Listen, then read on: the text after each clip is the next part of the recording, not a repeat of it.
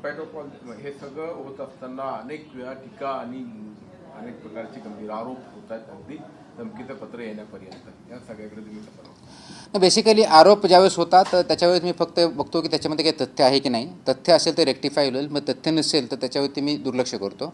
Criticism घेताना ते योग्य प्रकारे घेतलं पाहिजे. त्याच्यामध्ये काही तथ्यांश असेल तर डेफिनेटली रेक्टिफायला जी जागा असेल तर केली पाहिजे. पण त्याच्यामध्ये जर तथ्यांश नसेल आणि फक्त क्रिटिसिझम करायचं म्हणून केलं असेल तर त्याच्याकडे दुर्लक्ष करणं अपेक्षित आहे. त्याप्रमाणे मी बघतो. उरला प्रश्न धमकीच्या बाबतीत, डेफिनेटली हे मला कालपर्यंत 4थं पत्र आलेलं आहे. जीवे मारण्याची मला आणि माझ्या कुटुंबाला उद्ध्वस्त करण्याची त्याच्यामध्ये भाषा केलेली आहे.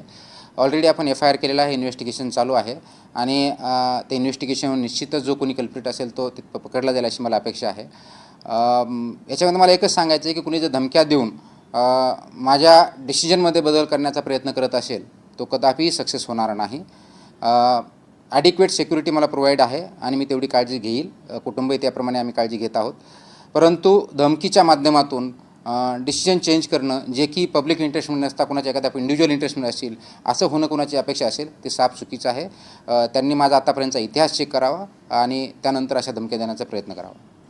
24/7 तुम्हाला पोलिसांकडून सिक्युरिटी देण्यात आली सर? येस, मला सिक्युरिटी दिली आहे. रात्रीची तशी मला गरज पडत नाही आहे, परंतु I have been provided with security with weapon.